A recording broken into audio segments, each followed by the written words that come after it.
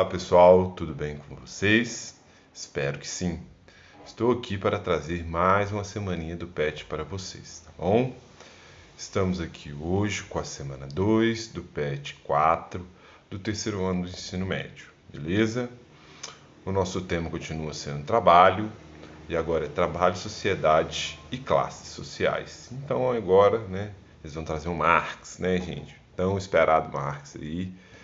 Para falar de trabalho, temos que falar de Marx, gente. É um autor essencial para a gente falar desse tema, tá bom? Então vamos lá, trabalho e emprego. Existem diferenças, tá bom, gente? De trabalho para emprego, e nós vamos aprender ela aqui. Olá, estudantes. Na semana anterior conversamos sobre como Emily Durkheim e Max Weber analisam a sociedade e o trabalho. Para ambos, o trabalho é parte essencial da organização da vida social, e não seria diferente para Karl Marx, o terceiro autor da tríade que compreende os clássicos da sociologia. Vamos recordar um pouquinho.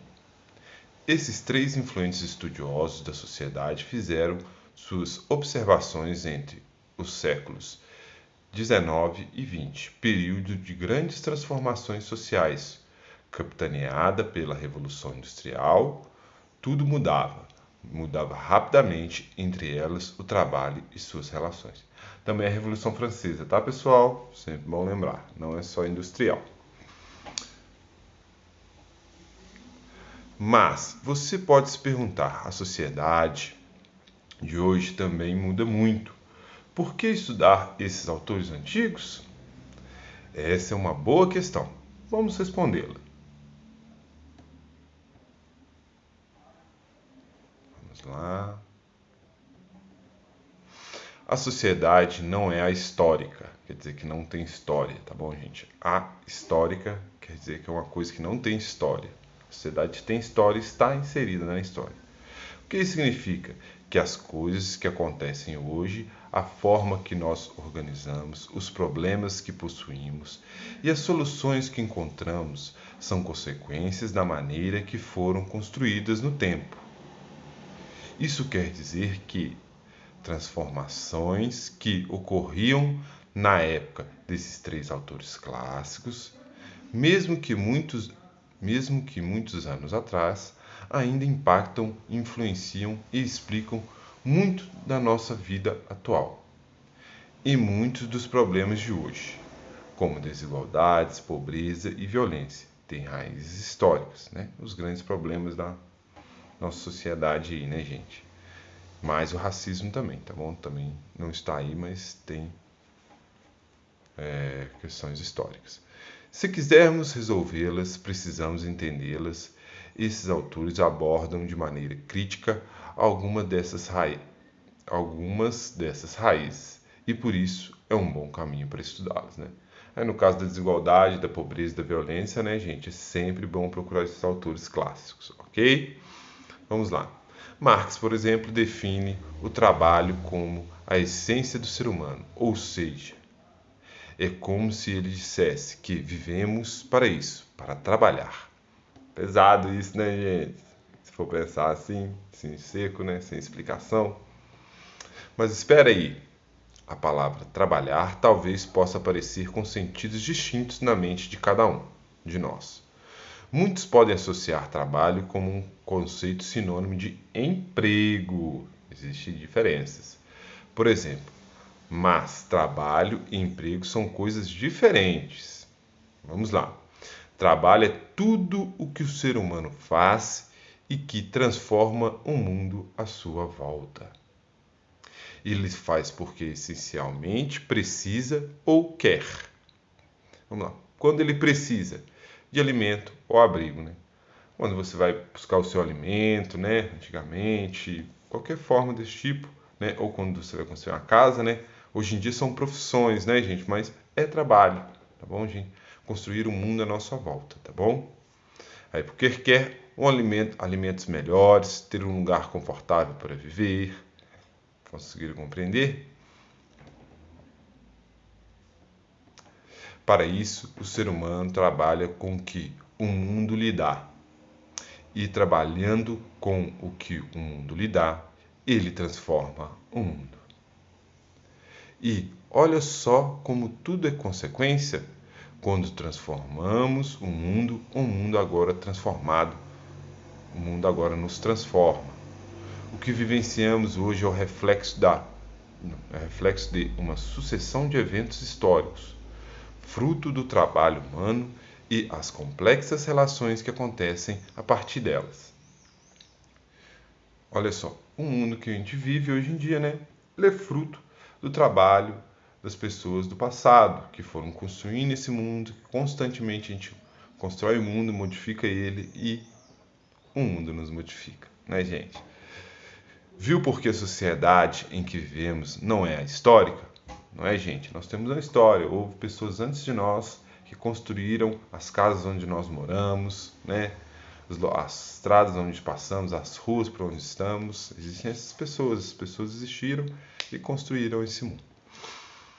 Essa é uma contribuição desse autor alemão, o materialismo histórico, conceito muito presente em seus estudos sobre a sociedade. Esse materialismo histórico é o conceito de Marx, diga-se de passagem, né? Vamos usar a discussão que tivemos até aqui para entender a diferença entre trabalho e emprego.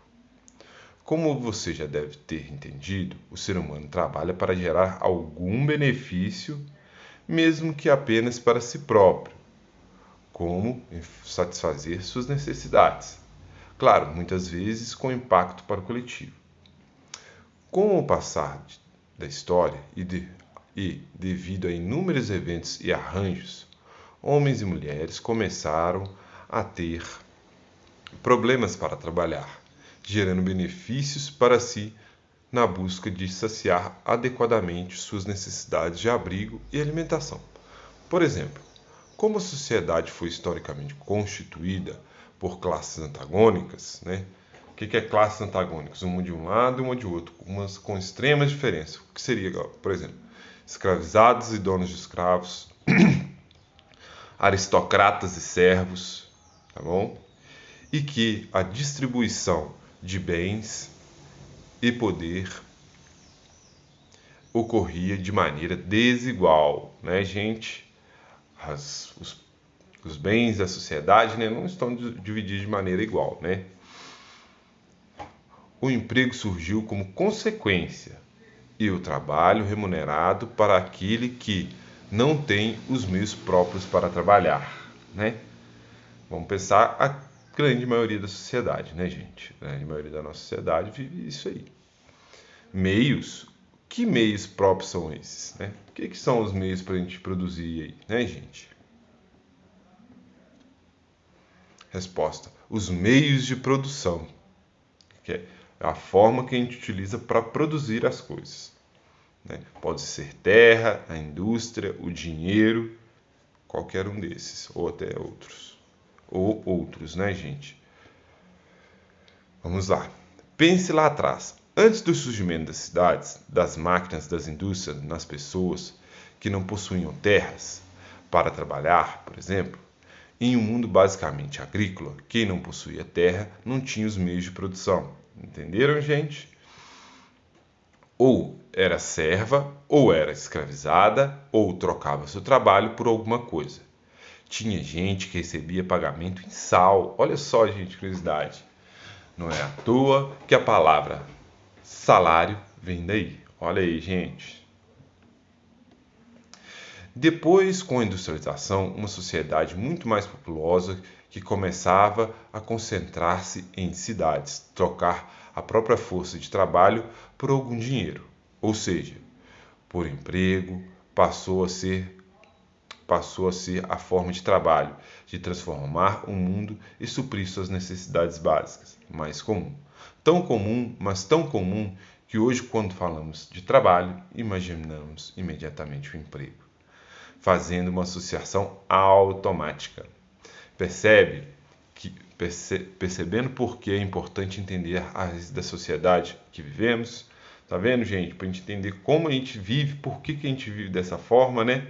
É interessante a gente olhar para o passado e saber como a gente se organizava no passado para notar como a nossa organização foi mudando, né? Por exemplo, se certo tempo atrás já não existia condições de trabalho para todos, podemos dizer que hoje há empregos para todos? Não, gente, não há empregos para todos. Isso é uma mentira do capitalismo, tá bom, gente? Que a sociedade propaga duramente. Não há vaga de empregos para todos. Se não há, por que não tem como resolver isso? E aí, como a gente pode resolver isso, hein? Já que não tem vaga de emprego, será que esse sistema capitalista vale mesmo a pena? Já que ele reduz as vagas de emprego? Outra pergunta: todos os empregos, sejam há muito tempo atrás ou seja hoje, são adequadamente remunerados? Não, gente. Existe uma disparidade salarial imensa entre diversos empregos, tá bom, gente? Todas as condições de trabalho foram e são justas? Muito longe disso, gente. Né? A gente vem com a luta dos trabalhadores, né? Uma luta muito grande para condições de trabalho justas, né? Até hoje, né? Vamos sempre lembrar, existem pessoas que trabalham no formato da escravidão ou análogo à escravidão, tá bom, gente? Na produção de roupas, chocolates e diversas coisas que a gente consome no nosso dia a dia. Houve e há benefícios demais para uns explorados e para... Desculpa. Houve e há benefícios demais para uns e exploração para outros? Sim, gente, o capitalista fica com todos os benefícios, né? E o trabalhador, ele é explorado, tá bom, gente? Pois ele produz 10, 20 vezes o seu salário e recebe somente uma pequena fração, tá bom? Se o trabalho é a essência do ser humano e o seu meio de viver e transformar o mundo, devemos fazer essas perguntas. Discutindo sobre isso, pesquise, pergunte ao seu professor e professora, os adultos de sua família e faça um convite. Na semana 3 e 4 serão abordados Taylorismo, Fordismo e Toyotismo, modelos de produção, de trabalho, de emprego criados já há muito tempo, mas, adivinhe, nos impactam até hoje e muitas vezes repetimos esses grandes modelos de produção, até os pequenos empreendimentos como lanchonetes, por exemplo. Aí, gente, você pode olhar aí nesses modelos que ele falou ali, lanchonete, né? Você pensar os fast foods, tá? Ok? Vamos lá para as nossas atividades. O pessoal vem aqui só para ver isso, né, gente? Ó, IFTO, Instituto Federal do Tocantins, 2017. As sociedades capitalistas são marcadas por relações em que o capital e o trabalho assalariado são dominantes, e a propriedade privada é o bem maior a ser cuidadosamente mantido. Dessa realidade, houve estudos de pensadores sociais que abordaram a existência de duas classes sociais fundamentais na estruturação da sociedade do sistema capitalista: a burguesia, a personificação do capital, e o proletariado, que vive do trabalho assalariado. Na compreensão desse pensador, essas duas classes conviviam em contínuo conflito de interesse. Olha, gente, no texto lá em cima não fala, tá bom? Isso é uma falha do PET, tá? Mas é o autor que a gente acabou de estudar, Karl Marx, né, gente? Não vou nem ler. É a letra D, tá bom? Só para deixar claro. Número 2, Enem.